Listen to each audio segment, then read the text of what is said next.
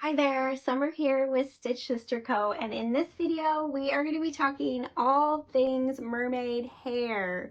Well, except for how to actually attach the hair. If you want that tutorial, you'll want the video at the beginning of the Mermaid Tula pattern that will cover from fin to hair, the whole process and how to attach and all of that. In this video, we're going to be talking about like the yarn fibers, the size of yarn, the actual fibers, some tips and tricks. There's yarns that work really well and others that don't work very well, and even some tips to take those yarns that don't work the best and make them work better for you. So I have been making, at the time of recording this video, I've been making these dolls for about 5 years, and so I have quite a bit of trial and error under my belt, as well as customer feedback on how the mermaid hair is holding up for months or even years of play. So I have a lot of tips and I just wanted to give you as much information as possible. So that's what this video is going to be about. I'm going to give you a lot of the specific yarns that I use for my hair.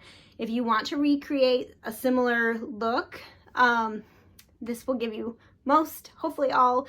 I want to make it as inclusive as possible, all the information, but also I don't want it to squash your creativity, so please take these as recommendations or tips, but not necessarily a strict thing to follow, because this hair is such a fun way to experiment with textures and color and scrap bust if you have a bunch of little miscellaneous yarns that you want to play with. So I really encourage you to try out different things and see what you like, but I'm going to give you the full scoop on what I like and all of that here in this video. All right, let's jump in. As I mentioned, I've sold these dolls as custom orders in my shop for about 5 years now, and 8 to 9 times out of 10, this rainbow hair is the option that people choose. It's so fun. I do it striped, like it's here, where there's pink, orange, yellow, green, kind of in a separate sections, but I also do it all mixed together too. Both are super fun, but this is probably my craziest hair with the most going on, so I wanted to show you what we have here. So on all my dolls, I choose typically a bulky or a super bulky weight yarn to be the main body of the hair. I do that because it covers a lot of surface on the hair, so it makes it so you don't have quite as much to tie on as if you were working with a worsted weight or a fingerling weight, something smaller. You'd have to tie more strands on in order to cover the same amount of surface. So it saves you a little time if you work with something that's a little bit bulkier. So I'm going to show you a handful of the ones that I use and some tips on choosing a main yarn for your hair. When I was trying to figure out how to best organize this video for you, I landed on categorizing it by where I got the yarn. So here we have Joann and many of the styles that I like to use for the majority of my hair. These are all bulky or super bulky weights that are not too heavy or dense, so they work well for being the main hair to fill space but not be too heavy. So these are all, here's one off screen I'll pull up. Huga, I never know how to say that correctly, but this is a good one too. It is slightly on the dense side, which means it can make your mermaid head a little heavy if you use it as the main all over hair, but it's not the end of the world. Let's get cozy, chunky, chill. That's the same as this one here. These are all good options. This feels like flannel. So fun, the speckles through this. This could be your whole hair, and then just add in a few different textures or colors if you want, or not. Totally up to you, but this is my Joann selection. All right, here we have our Hobby Lobby selection. These are the ones I typically like to use from there. All of these skeins that have multiple colors are so fun to work with, because you can just do one skein that has multiple colors and have a whole head of hair that's really unique and interesting without having to mix in a ton of other colors. So these are handy to use if you want that multicolor, but you don't want to have to find a bunch of different kinds of yarn.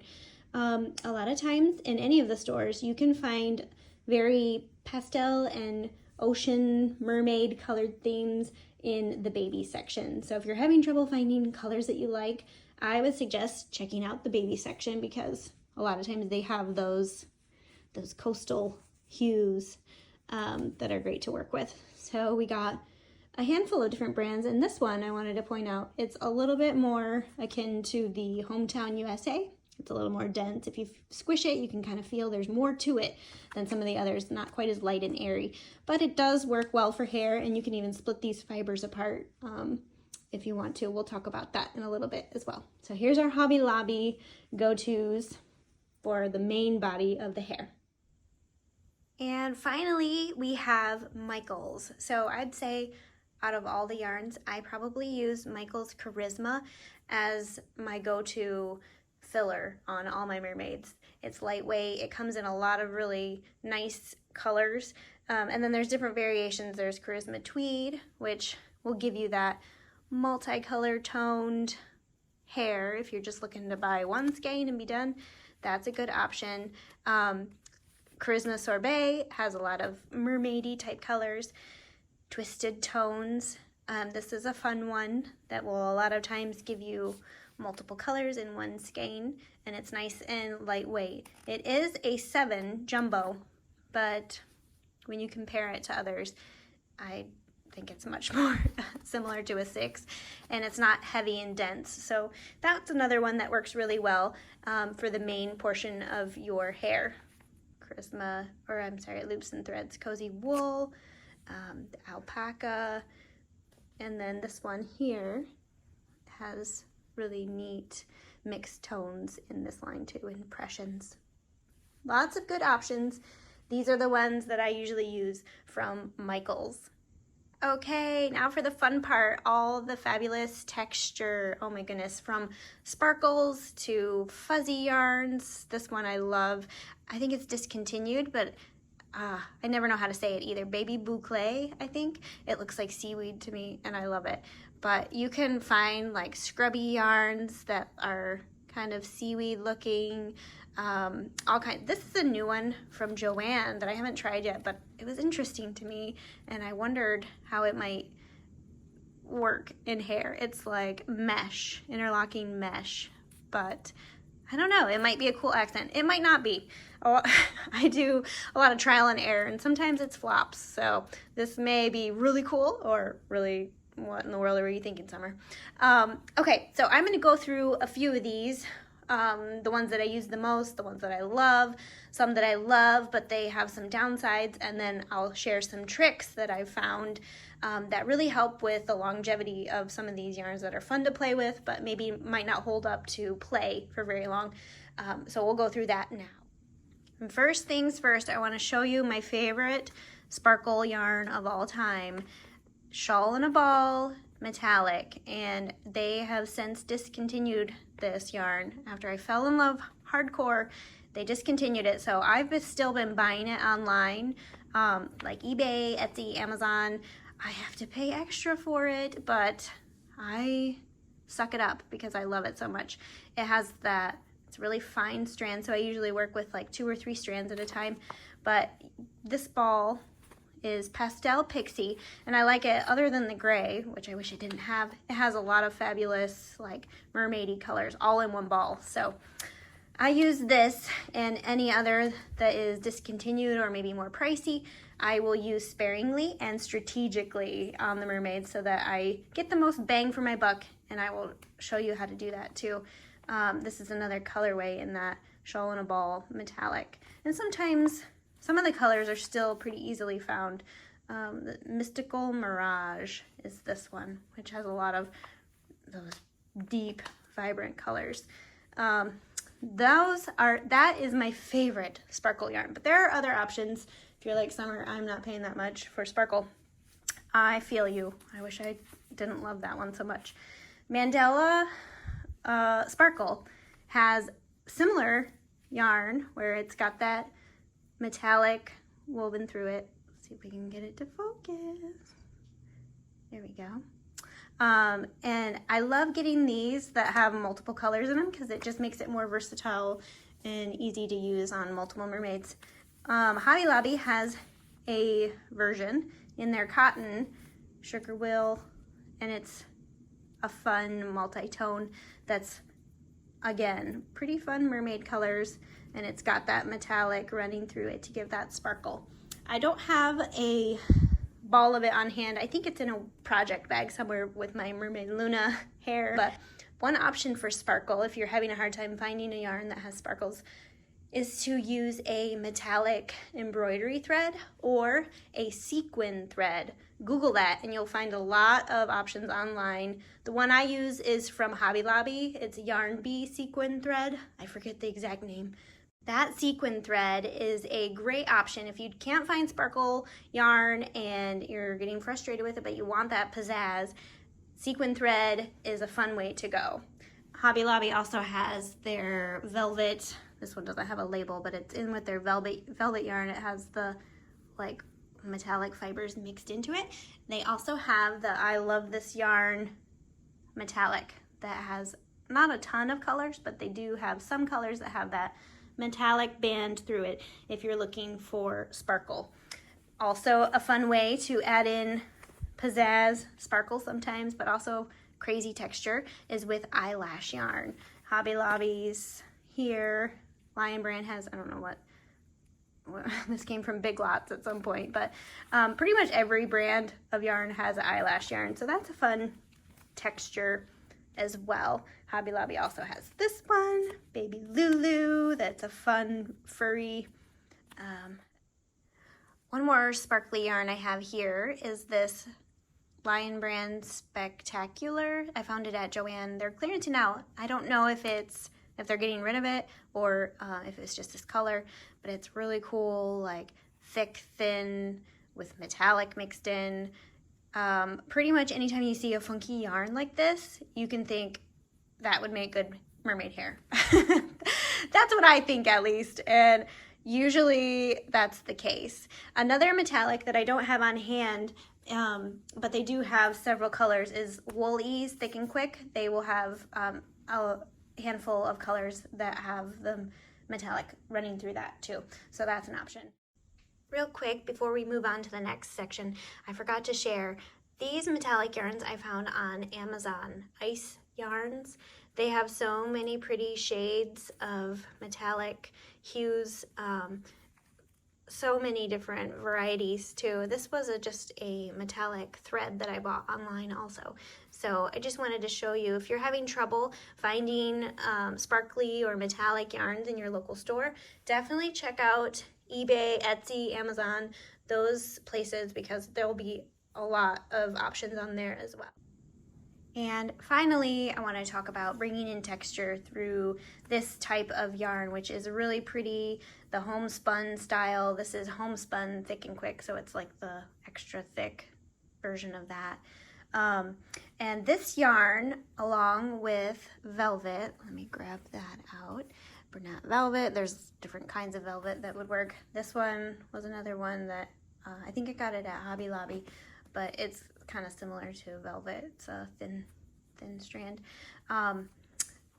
Velvet brings in a really pretty element of like shine and velvetiness. That's really fun in the mermaid hair, but both the velvet and the types of yarn like homespun, there's different versions. This is Hobby Lobby's Fleece Light. They have a little bit of a downside to them, along with, see if I can find the end, along with other yarns like Bernat Blanket or other chenille, you'll find they are not a strand of yarn running lengthwise. They're a thread that has multiple fibers kind of coming out of that thread. I don't know if I'm going to be able to get this to focus for us. Which makes it so you can pull and lose your threads out the bottom. Not ideal for mermaid hair, and sad if you have a mermaid and it's losing its hair. So a trick that I do is tying a knot on the thread itself and just pushing it down to the bottom. I do this after I give the mermaid a trim. That way it's already to the length that I want, and then tie a knot at the bottom and then trim it close to the knot. And that will hold your fibers from falling off. The same effect works for this style of yarn. I used to do my mermaid hair with predominantly this yarn. Actually, the first several mermaids that I made like this, I used almost all homespun yarn on, but I got some feedback from customers about the ends coming unraveled, and you can see even coming right out of the ball. I got some sparkles here. This yarn and others like it it's like a loose fiber that's wrapped with a thread, and so it really comes apart, and it doesn't take much to kind of fray like that. And so when you have a whole mermaid, almost an entire mermaid made with this hair, it doesn't take very long at all for the hair to start looking like this on the bottom, which is not really the look that I hope to achieve. And again, I just knot that at the bottom. I trim the hair first because that gets you to length, but then adding that knot at the bottom and trimming it really close to the knot will save you from getting the ugly look on the bottom. It'll keep your strand nice and neat. And because that measure is needed in order to keep the yarn together, I don't typically use this kind of yarn for the main body of my hair.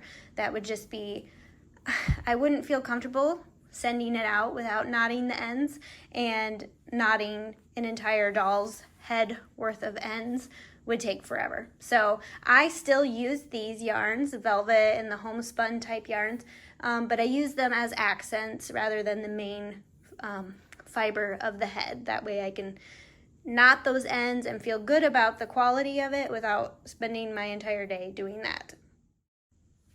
A couple final texture thoughts that I want to share real quick. First being about this strand specifically, because I get asked about it quite often. It's Lion Brand, that 70s yarn. It's a discontinued yarn. Why do they do that to our favorites? But you can still find it on Etsy or eBay, Amazon sometimes, depending on how desperate you are. It's kind of pricey now, but I typically only add one strand right up front in the face area. That way you get to see it. It gives you the most bang for the buck since it is pricey. But that's a fun one to do. And there are other like furry yarns that are available. This one is, let's see, Go for Fleece Sherpa. And there's other faux fur yarns that would be a fun substitute for that as well. Also on this mermaid here is a roving type yarn, which I do not recommend, especially if you're making for younger children. I know this mermaid's going to an older kiddo that can handle it, but as you can see, it's just loose fibers and very delicate. So it is not ideal. I think this is the only strand I put of it in that mermaid, just for a pop of color and texture. But I know that the little girl that's getting this can handle it. So but otherwise, I would not recommend this kind of yarn for the mermaid. The final thought that I wanted to share with you about texture is that you can make your own. If you don't have a bunch of different kinds of yarn and textures of yarn, but you want to add that element of interest and depth to your mermaid, you can, a lot of times, strands of yarn will be made up of smaller strands that you can separate. And if you separate them, they become that curly, wavy, really fun texture that just brings a lot of depth to your mermaid hair, even without using a different kind of yarn. So as you can see, I split that one apart. The woolly is thick and quick. We talked about size of yarn and how typically jumbo yarns, this one is a jumbo, I believe, yes. They're not ideal because you want your slip knot to be tight and tied down pretty tight. You can see these here to the head so that they remain secure and no hair comes loose.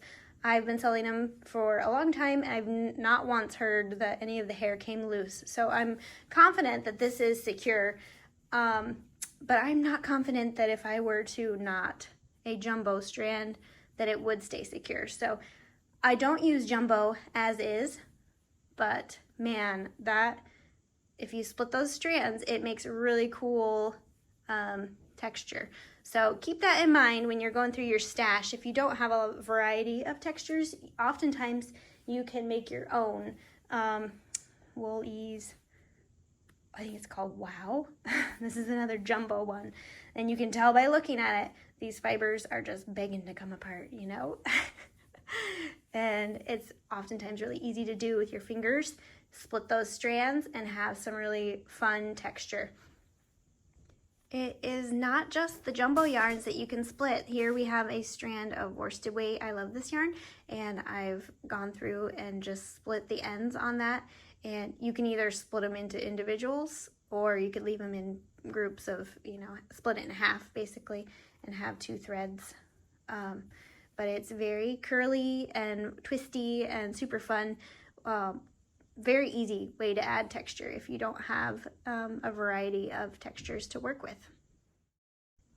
I hope this information was helpful to you and not overwhelming. I wanted to give you as much information as I could. I've learned a lot through the years of experimenting with these dolls, and I get questions on them pretty frequently. So I wanted to give you the full scoop in case you want to recreate a similar look that I usually have. But also, I hope that you are inspired to experiment and trial and error on your own and find what you love. These mermaids are such a fun project.